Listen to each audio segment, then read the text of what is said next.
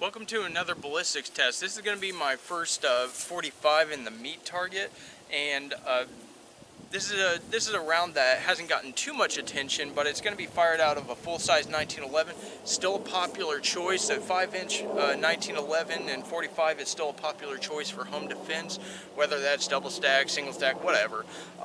Some people do carry the smaller 1911s, which I don't know if I'll end up getting to in the future, but they're not all that common anymore.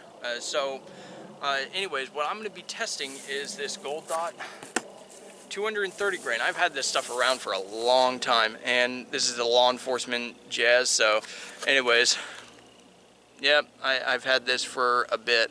So this stuff, it's pretty popular in law enforcement. Gold Dot is typically the mainstay of law enforcement. It's the good old trusty law enforcement round. So with all that said, this is the Remington R1. I'm going to be using it to test this round, and I've got my meat target set up. Yes, it's something that, you know, Paul Harrell does, and I actually like it. I have a separate video on this, which you can check out, but I'm going to be doing 4 rounds because by then I'm pretty sure this watermelon's going to be basically useless as a medium, but I think it's one of the best consistent mediums to test rounds.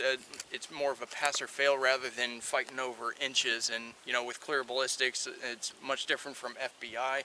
Then there's variables that you're not taking into account, which I'll have to get to on a separate video. But anyways, let's go ahead and shoot this target, and then we'll go ahead and look at the results of the bullets.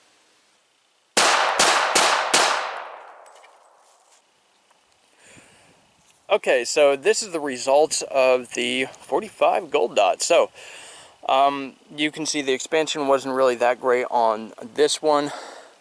It was okay on this one. I actually shot a couple of extra shots because I missed the pork chop on one of the shots, and they were really close together, so it probably disrupted it. But the interesting thing is three of the 5 actually got, or 3 of the 6 actually got caught in the, or 4 of the 6, or yeah, 3 of the 6 actually got caught in the pork ribs on the back.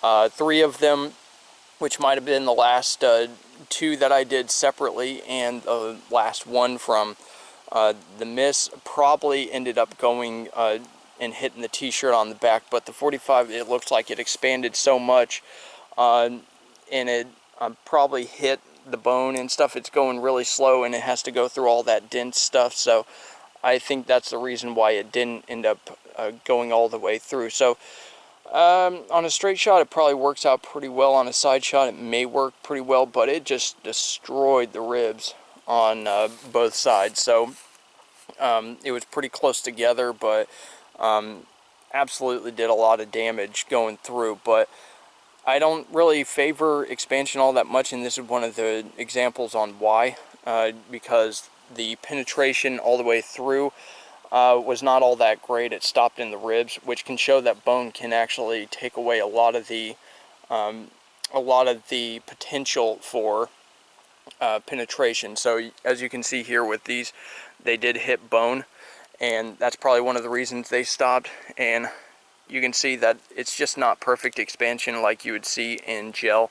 This one probably did the best, and this one is probably the one that I actually missed. I missed the last shot on the first 4, and this is probably the one that actually hit, because it's one of the only consistent ones, and it probably went just straight through the watermelon, and it's probably one of the reasons why it stopped so early. So anyways, that's the conclusions of the 45 caliber out of a 1911, the 45 caliber Gold Dot 230 grain.